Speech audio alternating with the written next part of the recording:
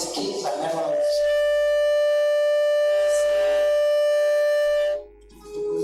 la pamoja, nimesema fungua kinywa chako unapotizama wingi wa siku ambazo zimepita mbele yako. Kuna kila jambo la kumwambia Mungu asante katika jina la Yesu.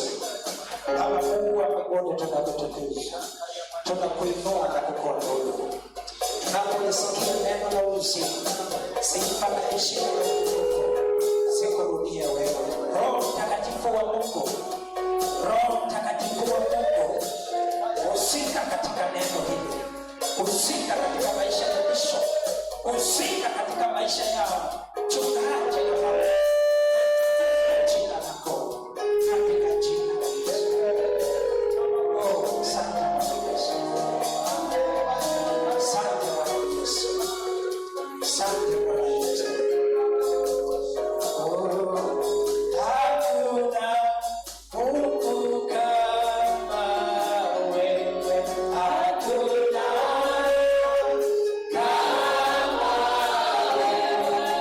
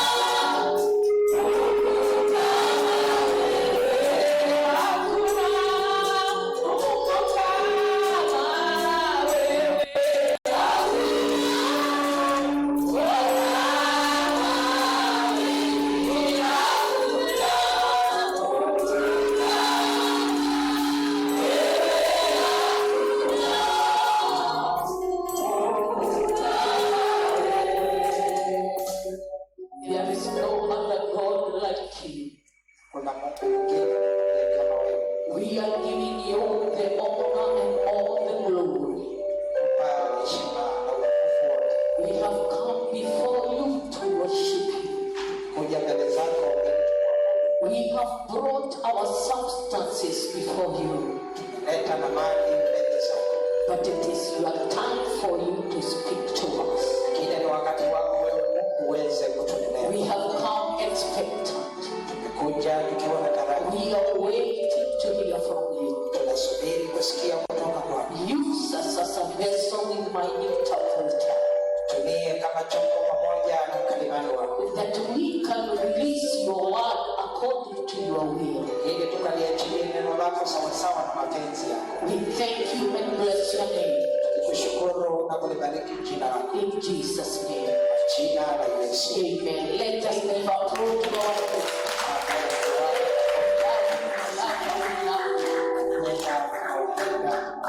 Amen.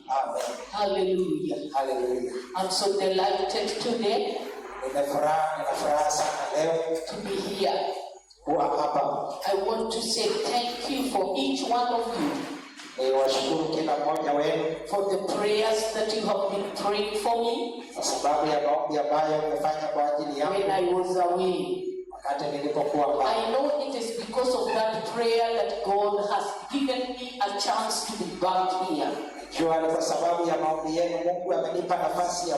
Even as we finish the year 2023, I want to say thank you for each one of you. You have made this church to be a blessing. The whole of the year you have been coming and you have been offering in this church. We say thank you. We want to say thank you. Today I have just come to say thank you. Because I want us to pray a prayer of thanksgiving. Praise the name of the Lord. Today we don't have a service, but we have a prayer of thanksgiving service today. Because God has done great things. For 365 days,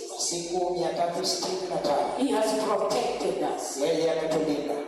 Hello? Hello.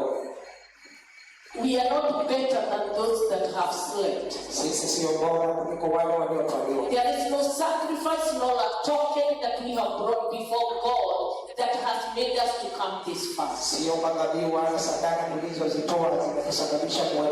There is grace of God that has brought us this far. And that is why we need to come back and tell God thank you this day. I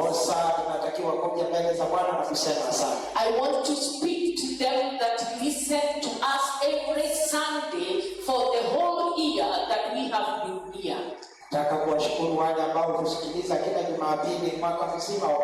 It is because of you that we have come this far. I want to thank you and bless your name before God, that you are going to continue to be with us even as we close to the new year. The sacrifice that you have been doing to listen to us every Sunday, it is not in vain. Our God, who pays in secret, will bless you. And I know there are so many of you that you have been asking that we are not sending our pay bill number for you to bring a sacrifice in this altar. And I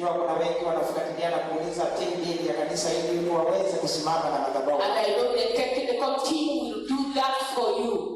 I have received people complaining that we don't send our pay bill. Therefore, we are going to do that for the glory of the Lord. And I pray that every seed that you will send on never be forgotten. Na ninaomba ya kwamba kila mbegu ambayo utaachilia katika madhabahu haya haitasahaulika. And I promise you that God has given us this ground to be fertile.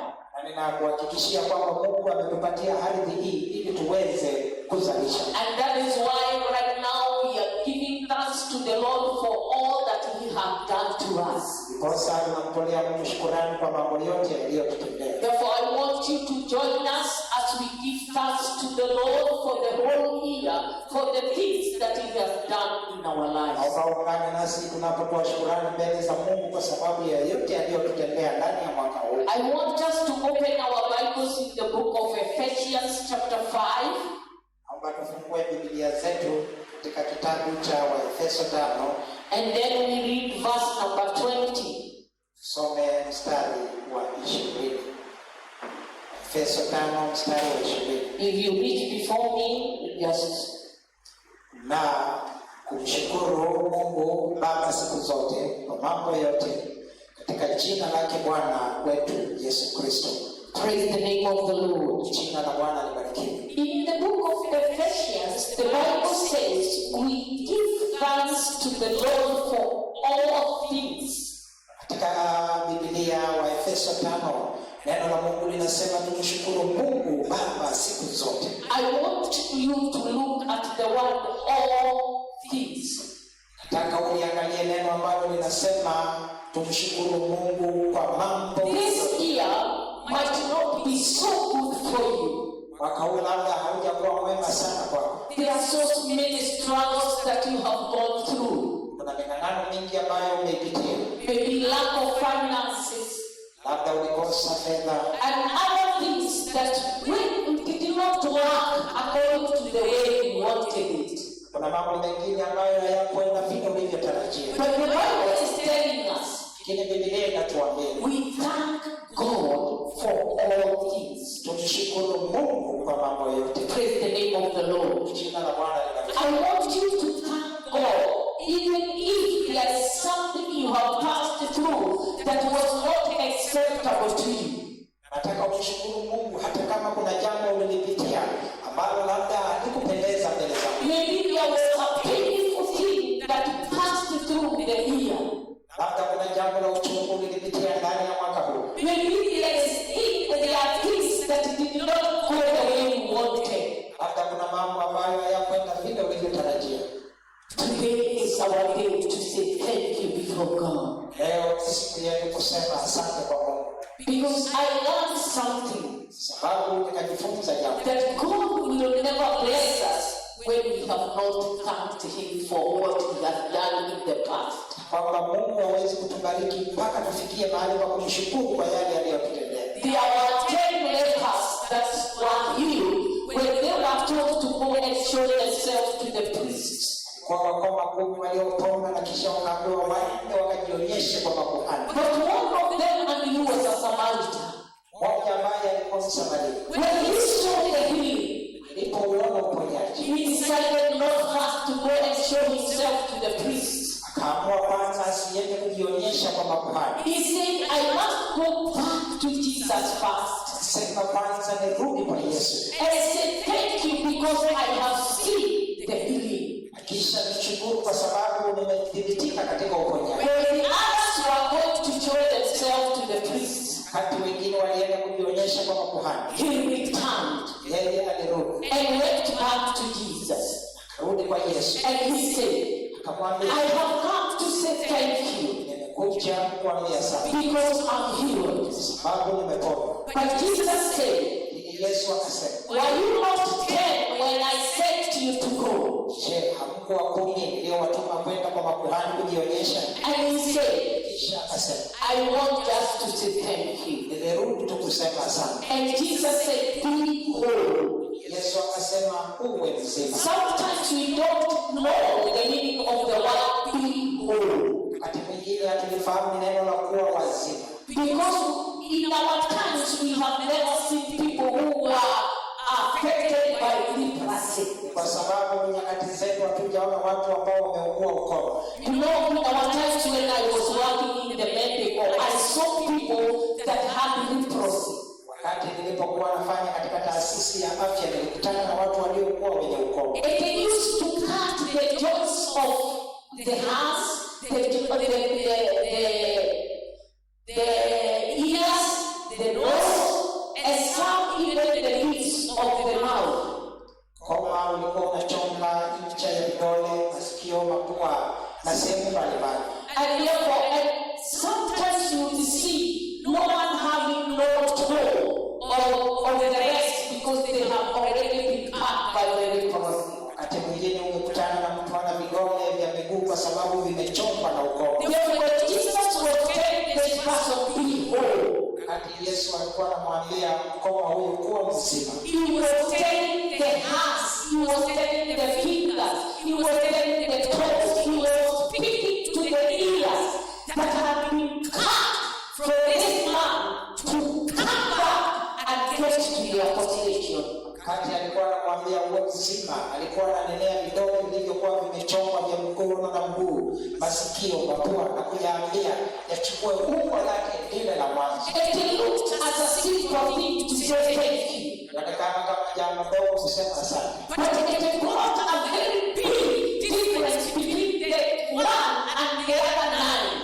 Lakini ilileta tofauti kubwa sana kati ya yule mmoja na wale 9. Because the rest, you will see that there was a leprosy one time because they had not grown the toes and the rest of the things, but they were healed, the wounds. Wale 9 ndio walipona, lakini ungeona kwamba kulikuwa na ishara walikuwa ukoma kwa sababu vidole vyao viliporejeshwa vile vilivyokuwa awali. But this one, Lakini huyu just one, had a difference. kuwa na tofauti. No one would recognize that there was something that had happened in the past.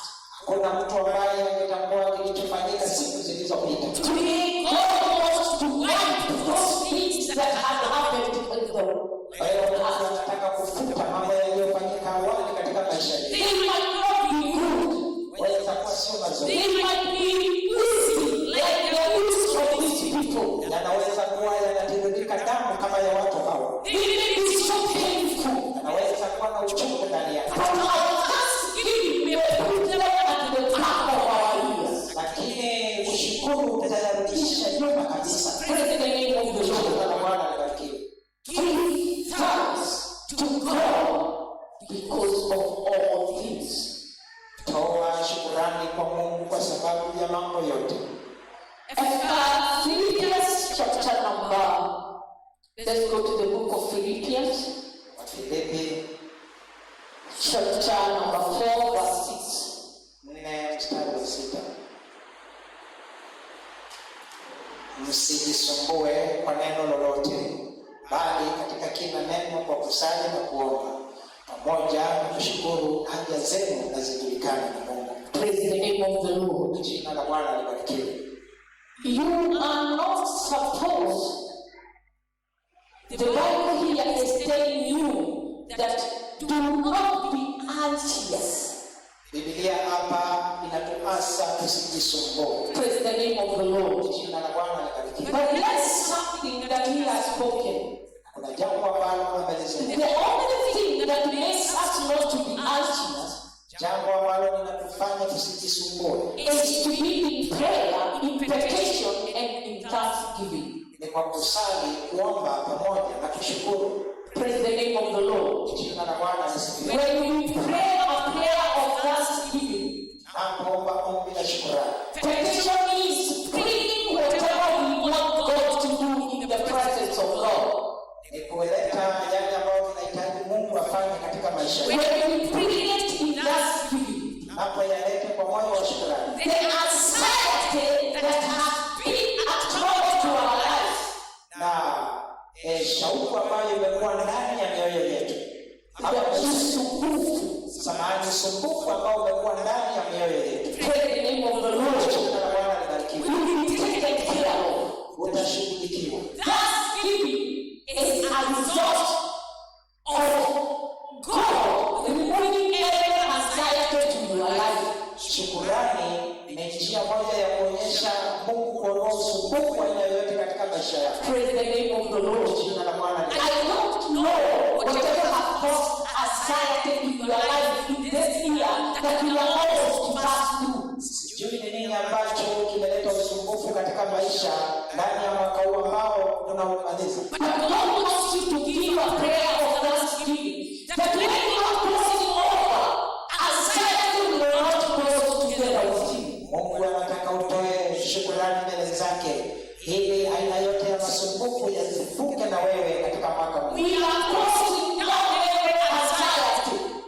Tunafunga kabisa kila kujisumbua. And we are crossing over in a new era and good things that God is going to give us. Na tunaingia katika majira mapya ambayo Mungu anaenda kutenda mambo mapya. Praise the name of the Lord. Jina la Bwana lisifiwe. I don't know how many days you have cried.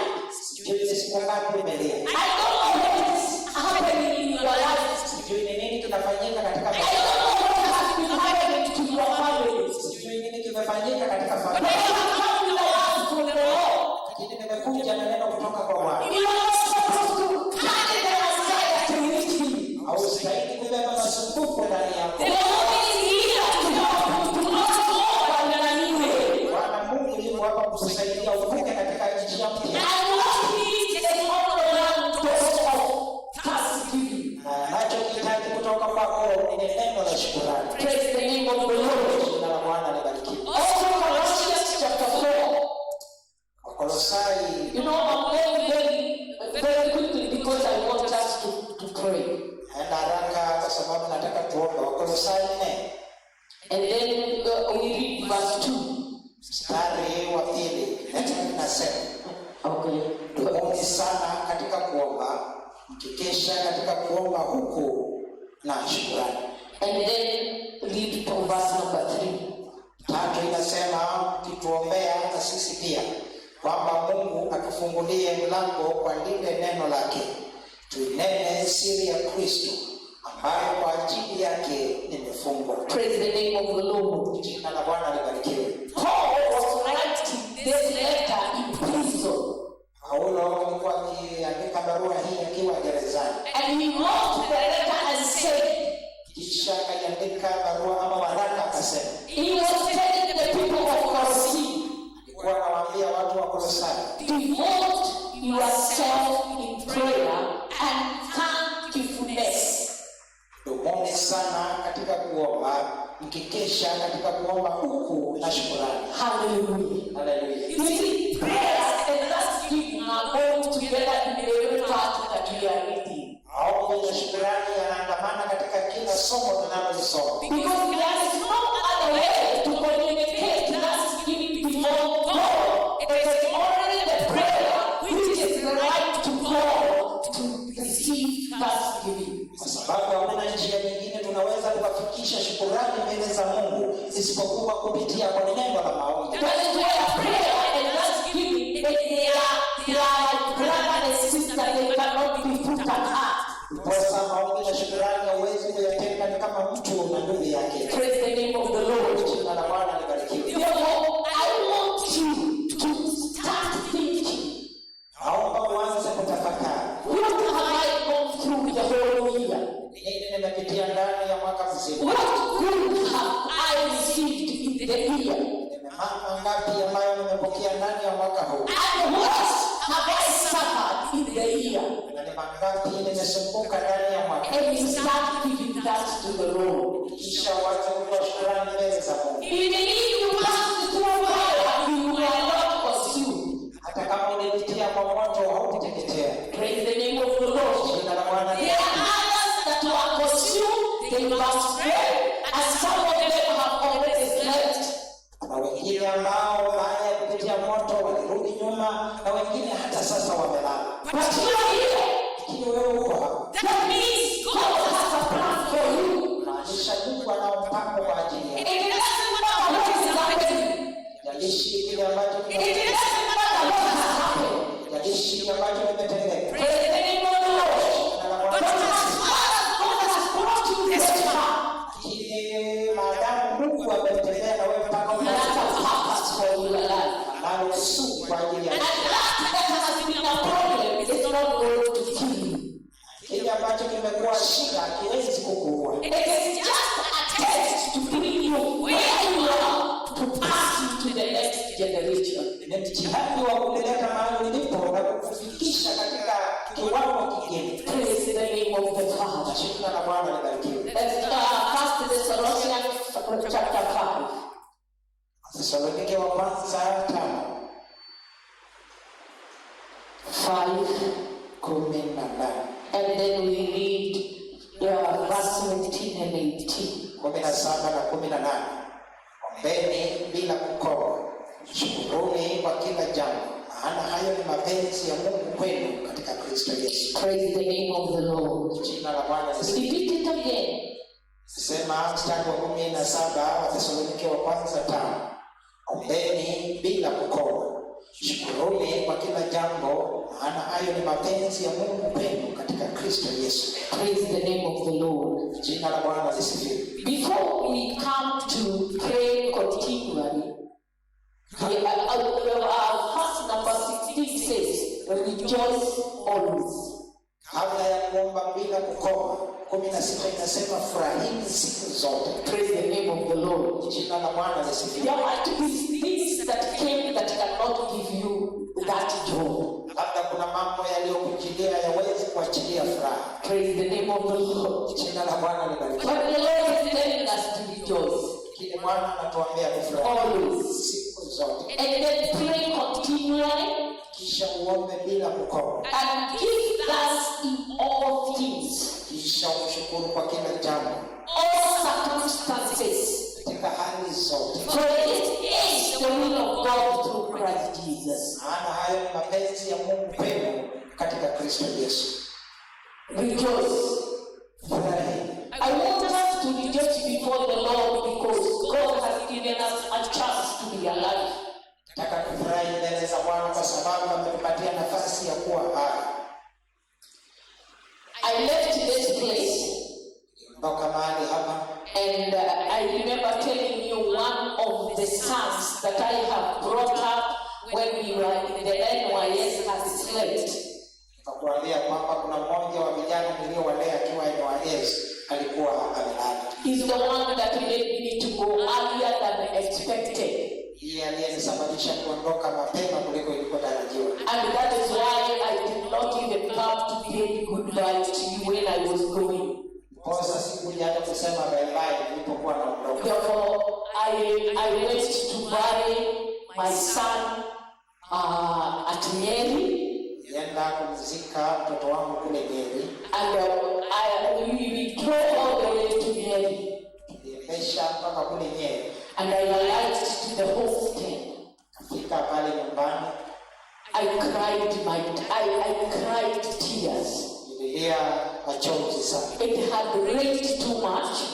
Kulikuwa kumenyesha sana. And then when we arrived, Wakati tulifika, and I saw the work that this man had done to the family. nikaona kile ambacho mtoto huyu alikuwa ametendea familia. And now I was asking God, I remember telling the pastors that if there was an office where God could be met, I would go to ask God a question. Na kama nilikuwa nawaambia wachungaji kama kuna ofisi fulani ambapo Mungu angeenda kuulizwa maswali, basi ningelifika. This man had built a mansion which was exemplary. I cannot say. Do you see those buildings that are ruined? Huyu bwana alikuwa amejenga nyumba nzuri, mfano ni majumba ambayo yanapatikana maeneo ya Runda. That is one of the houses that this man had built in their homestead. Hii ni aina ya nyumba ambayo mwana huyu alikuwa amejenga katika familia yake. He had built a good house for the mother.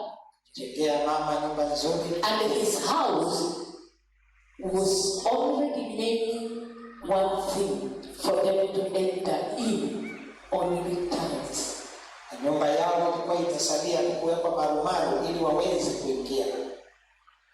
And I was asking God, nikawa namuuliza Mungu, could you wait even 1 month and at least awake tiles? Now give it done around just 1 day, then you take the man to heaven. Kawajiuliza, je, Mungu angekuruhusu hata mwezi mmoja, hata siku moja baada ya kukamilisha aingie ndani afurahie kazi aliyokuwa amefanya?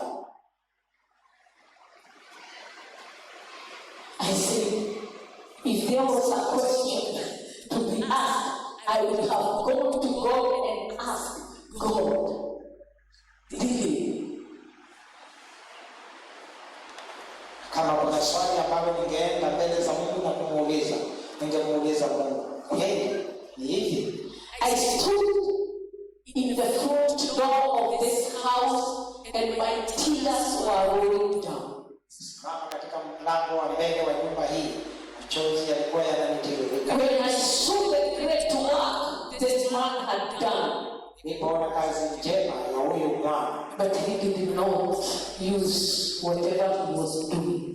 hayo hakufurahia kile ambacho alikuwa anafanya. He did not rejoice of the work that he had done. Hakufurahi kwa sababu ya kazi aliyokuwa ameifanya. But you, God has given you a chance. Kile wewe Mungu amekupa nafasi. You have done something this year. Tangu mwaka huu. No matter it might be too small or difficult that you have no words to tell God thank you. Weza kuwa ndogo sana kiasi kwamba unaona huna neno la kumwambia Mungu asante. God has given you a chance. Kile Mungu amekupatia nafasi. To celebrate. Kusherehekea your own work. Kazi ya mikono yako. That is why we need to tell God thank you today. Kwa sababu tunahitaji kumwambia Mungu asante leo. Let's stand before the presence of God. Amen. Mbele za Bwana. Today I don't want to preach. I want us to give thanks to the Lord. Leo sisi zaidi nataka tumpe Mungu shukrani. To give thanks to God for giving us a chance to see this end of the year. Bwana shukrani kwa sababu ya kuona mwisho huu wa mwaka. To see the last day. Kuona siku ya mwisho. Of year 2023. Mwaka 2020. I'm not taking this in granted. Sinichukui hii kuwa la kawaida. I have seen people dying in road accidents. Naona watu wakifa katika ajali za barabara. But I have been driving the whole month. Mwezi mzima nimekuwa nikiendesha. I left here to Nyeri. From Nyeri to Nyahururu. From Nyahururu I have gone several places. I went back to Kiambu. From Kiambu to Murang'a. From Murang'a to Meru. And from Meru back to Mombasa. Kutoka Meru nikarudi hapa Mombasa. And let me tell you, your prayers have been a very great thing in my life. Maombi yako yamekuwa jambo kubwa katika maisha. When I was driving from Murang'a to Meru, nilipokuwa naendesha kutoka Murang'a kwenda Meru, somewhere around before I reached Sagana, kabla sijafika Sagana, one of my brake pads of my car at the back dropped. Baadhi moja ya breki za gari yangu ikaanguka. I did not even recognize. Mimi sikufahamu. But I felt something weird with the car. Lakini nikahisi kuna tatizo katika gari yangu. When I tried to reach the brakes, wakati nilikuwa nifikie breki za gari, but I could not understand what was happening. Sikufahamu ni nini kilikuwa Therefore, I just drove, but now not so fast as I usually go. I tried to control the vehicle. Sikuenda kwa kasi, basi nilienda taratibu huko nikimiliki gari. But when I passed somewhere near called Ishiara, wakati nilikuwa napita, just think about before Sagana, past Ishiara, that is where I noticed that my car does not have one brake. kutoka Sagana kwenda Isihara, hapo ndio niligundua kwamba gari langu lina tatizo ya breki. I start feeling that there's a lot of noise from the back of my rail of the car. Nikasikia kuna kelele nyingi katika mguu wangu wa nyuma wa gari. And therefore I stopped somewhere. Simama baba. And I asked, I looked, but I could not understand. Kaangalia lakini sikuelewa. But I asked somebody, yes, a mechanic. the vehicle. Kaulizia fundi kama anapatikana haiwezi kuiangalia gari. And God brought an angel to me. Mungu akamleta malaika kwangu. The person that came knew more about the car. Alijua zaidi juu ya gari. And he just looked and said, "Oh, mommy, Grace. Akasema hii ni neema.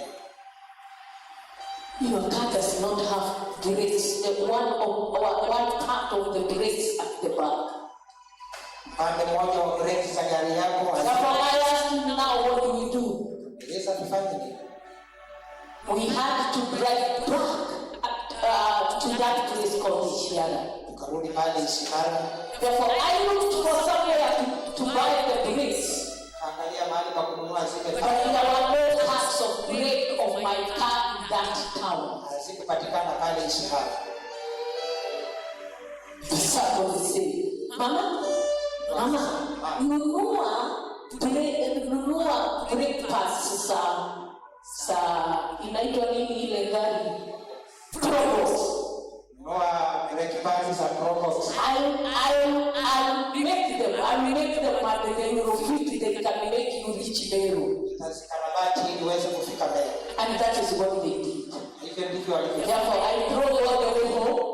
Aliendesha mpaka nyumbani. And the following day we went to Meru and we fixed the car. Siku iliyofuata tulienda Meru kisha tukaelekea. Can you see the God's protection? Weza ukaona ulinzi wa Mungu. All that way, kilometers and kilometers, and God protected me. Njia yote hiyo Mungu alitulinda. It is because of your prayer. Kwa sababu ya maombi yako. It is because of your prayer that God can protect me and hide me from accidents. Kwa sababu ya maombi yako Mungu alinificha na kunizuia na ajali za How many things that God has protected you from? mambo mangapi Mungu amekulinda dhidi ya? Some of us is diseases. Yeye ni magonjwa. Some of us are witchcraft, sorcery.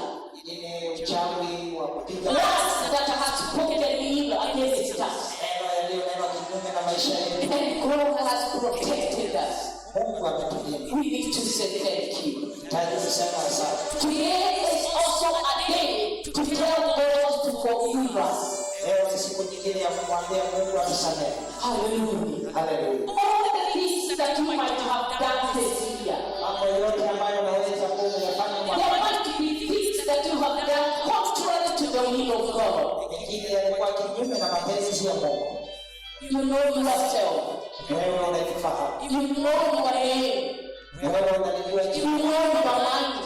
Unajua nia. You know the things that you have done the whole year. Unayafahamu mambo yote uliyofanya mwakani. And you know there are some of the things that you did, you know that they are totally contrary to the will of God. Unajua mengine kabisa hayampendezi. This is our day. Hii ni siku yetu. To tell God to forgive us. Ya Mungu atusamehe. And we give thanks to the Lord because He has recognized that we are thanksgiving in everything.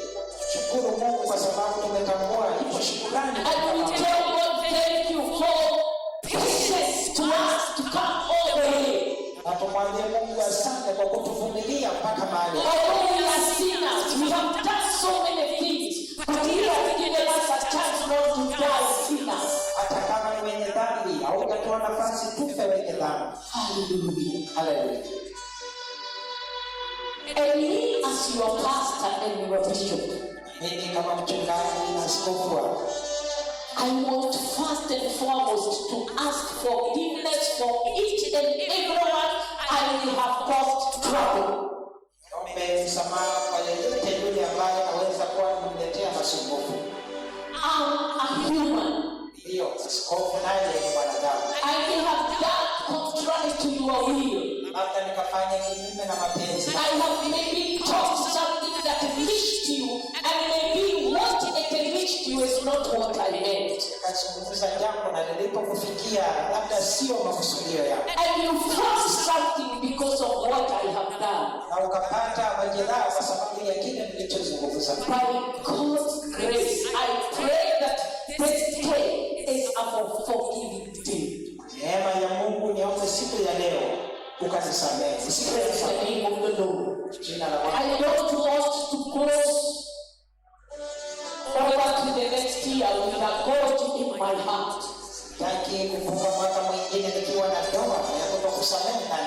Praise the name of the Lord. Jina la Bwana. I want to have a year together with the Lord. A year that God is going to do great and marvelous things for my life. Nataka kuwa na mwaka ambao kuwa pamoja na Bwana na atende mambo makubwa katika maisha yangu. And also, Pia, if there is somebody that had wounded me, kama kuna mtu ambaye alinijeruhi, I also forgive. basi na mimi natoa msamaha. Praise the name of the Lord. Jina la Bwana. Because it is the last day of the year. I need every weight in my life to walk out. Siku ya mwisho ya mwaka huu, nataka kila usiku ndani ya moyo wangu. I want to start a new year. Nataka kuanza mwaka mpya. With new things. Mambo mapya. That is why I have come to give thanks to the Lord, even for giving me a chance to say sorry to you. Kwanza namshukuru Mungu kwa kunipa nafasi hata kusema samahani kwa kila mmoja. Praise the name of the Lord. Jina la Bwana libarikiwe. Therefore, praise Him. I want you to come here. Kunicha sifa na ibada, mchukue nafasi. Because I want us to pray. Sababu nataka tuombe. I want us to tell God, Nataka tumwambie Bwana, we need you to forgive us. utusamehe. We have come to give thanks because you have given us this chance. Tumekuja kutoa shukrani kwa sababu umetupa nafasi. You have shown us the grace Tupa neema hii. to see the day. Kuona siku. All the pain that I have gone through, I want to release it to the Father. Every cry and tear, I want to give it to the Lord. Machozi yote ambayo nimelia. Every good thing that He did to me, I want to say thank you. Jambo lolote nzuri iliyonitendea nataka kusema It asante. doesn't mean that the whole year I was crying. Haijalishi mwaka wote nilikuwa na lia. Praise the name of the Lord. Jina la Bwana libarikiwe. There are days that I rejoice because God did something to me. Kuna siku nilishangilia kwa sababu Mungu alitendea. Let's tell God thank you because of it. Ndiyo Bwana, asante kwa sababu ya hayo. Praise the name of the Lord. Bwana Yesu. As we continue, Tunapoendelea. if you feel there is something in your heart that you want to pour out, Kama unasikia kuna jambo moyoni mwako unataka kulimimina, just come and kneel here on the altar and release everything before the Lord. madhabahu yako kwa ajili yako. Njoo, piga magoti, jimimine mbele za Mungu. Come and give thanks to the Lord and tell Him I thank you because of this far. Njoo, jimimine mbele za Bwana, mwambie na kushukuru kwa jambo hili. Today is a thanksgiving time. Leo siku ya shukrani. Before we bring back our envelopes, Kabla turejeshe sadaka to zetu say thank you. na kusema asante, We want to say thank you with our heart. nataka kusema asante na ibada. Because you cannot bring an offering on the altar when you have an issue in your life. Sababu wengi wanatenda dhabihu mbele za Bwana wakati kuna jambo ndani ya moyo. The Bible says, Ndiyo inasema if there is an issue, put the envelope down, go and sow it and then come. wapo kuna jambo ndani ya moyo wako, acha sadaka, nenda ukapatane na yule ambaye unamdai, kisha urudi chukua sadaka. That is why we have given a chance that we move before the Lord, Kosa limetoa nafasi kwanza kwenda mbele za Bwana, who knows all the issues in our hearts, ambaye anajua mambo yote ndani ya mioyo yetu, who knows who we are. yule anayemfahamu uliye wewe. Oh, kama sio wewe, ningekuwa wapi? Kama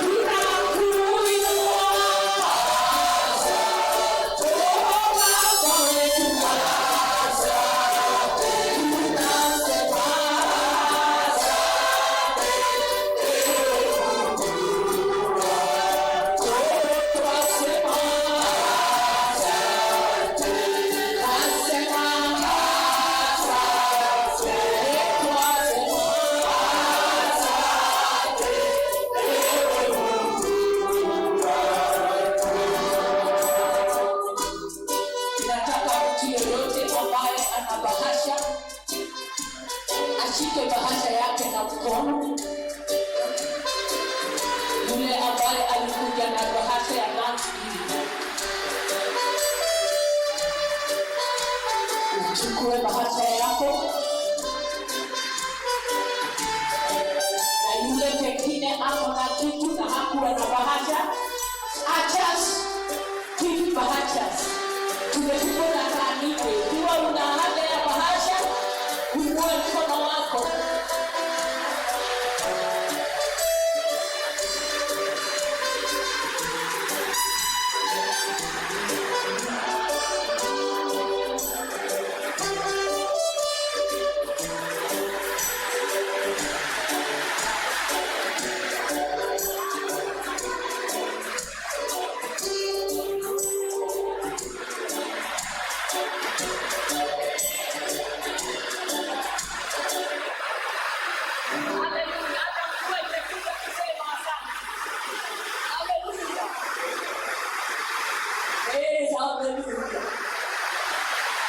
Tunataka tuige hiyo wimbo ambaye wanafunzi walitumbia ya kusema nimekuja.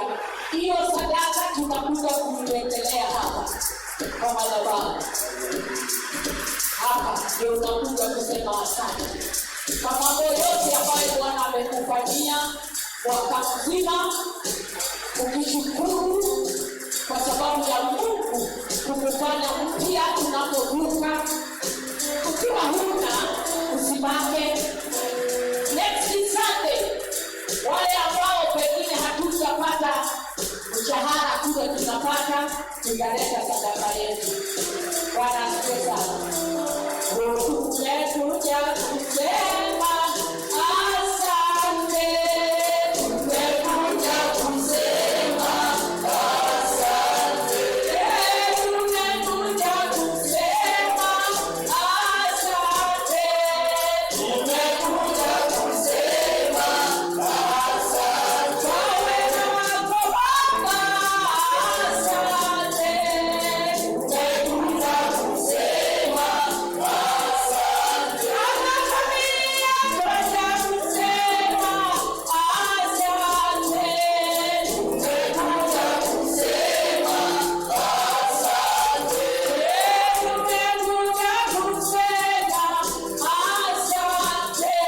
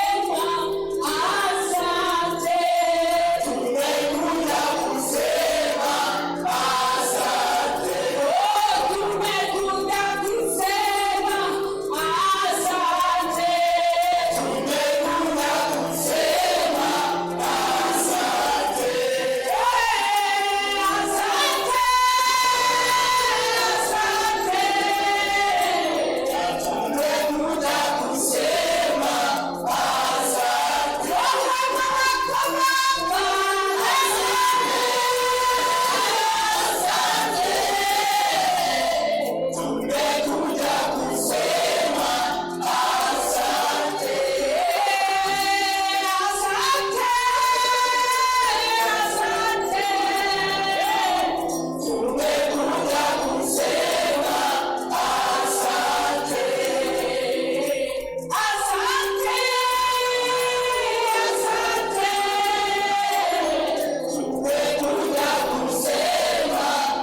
asante.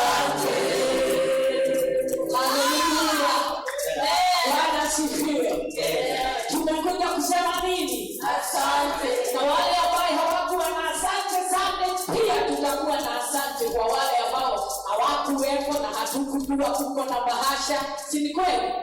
Tutakuja hata sisi kusema ni asante. Bwana asifiwe sana. Ni vyema kutoa shukrani kwa Mungu kwa kile amekutendea mwaka mzima. Kwa sababu sio kwa sababu wewe ni mwema kuliko wale wa wilaya. Bwana asifiwe sana. Sijui ni wangapi waliona ile accident ya Kitui iliyomaliza karibu familia nzima. 10 died at the spot. A family. What have you given God to keep you up to this time? Praise the name of the Lord. It is a time to tell God thank you. And let me tell you, in the evening, there is something that is going to happen. I don't want to release it now. Kwa sababu ninajua nikiachilia wengi hawatakuja. Nataka kuachilia wakati huu. Praise the name of the Lord. Amen. Something is about to happen. Next year. Next year. Something is about to happen. Amen. And if you want to know what will happen next year, just come today. Praise the name of the Lord. Na unajua kuna Kiswahili ndio inaeleweke vizuri. They are utatafsiri kule nitaongea Kiingereza. They are things that we call the windows of opportunity. Kitu tunaita madirisha ya fursa. They open once in a blue moon. Huwa yanafunguka mara moja tu basi. If you miss that opportunity to get through that window when it is opened, kikosa nafasi ya kupitia kwa hiyo dirisha wakati tu imefunguliwa, even if you come back and try to get in, you never. Rudi siku nyingine ujaribu kupitia pale, haiwezekani. Let me give you an example. Kupe mfano. Esau thought it was a joke. Esau alidhania ni mzaha.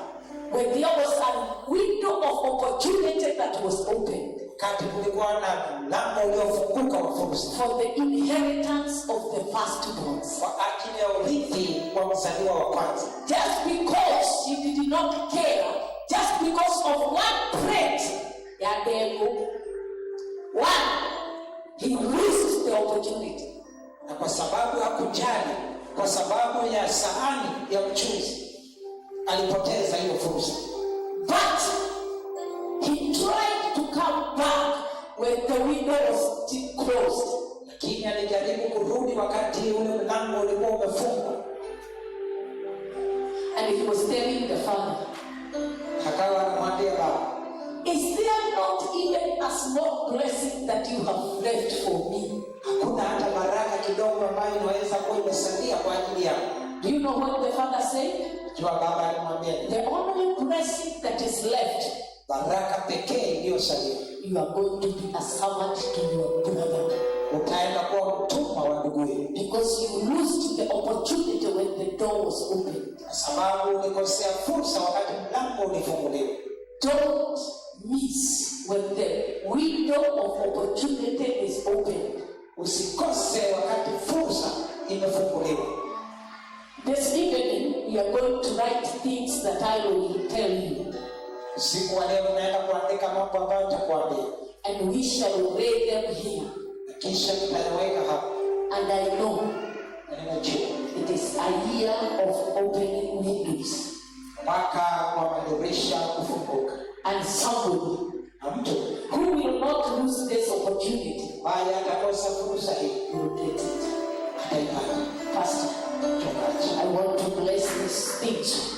Nakabariki sadaka hizi. Hold this. Father, in the mighty name of our Lord Jesus Christ, Baba, kwa jina la Bwana wetu Yesu Kristo, on this basket, there are thanksgiving offering that your people has brought in your house. Katika kapu hili kuna sadaka za shukrani ambazo watu wako wameleta katika nyumba yako. Because of many things that you have done for them this year. Sababu ya mambo mengi umewatendea mwaka huu. Because of many traps that you have, my Father, exempted them. Sababu ya majaribu mengi umewavusha. Today, leo, we declare and decree. Tangaza na kutamka. Because of this seed, sababu ya mbegu hii, you are closing over with them in a new season. Vuka pamoja nao katika majira mapya. And something happening in their lives right now. Jambo linatendeka katika maisha yao sasa. Because of that, giving up a sacrifice before you. Sababu ya sadaka za shukrani mbele zako. Make them whole. Sababishe kuwa kamili. It doesn't matter where my Father, they had already missed it. Haijalishi mahali ambapo walikuwa wamepungukiwa. But make us whole. Lakini Mungu tufanye kamilifu. We receive it in thanksgiving. Pokea kwa shukrani. In Jesus' name. Katika jina la Yesu. Amen. Amen.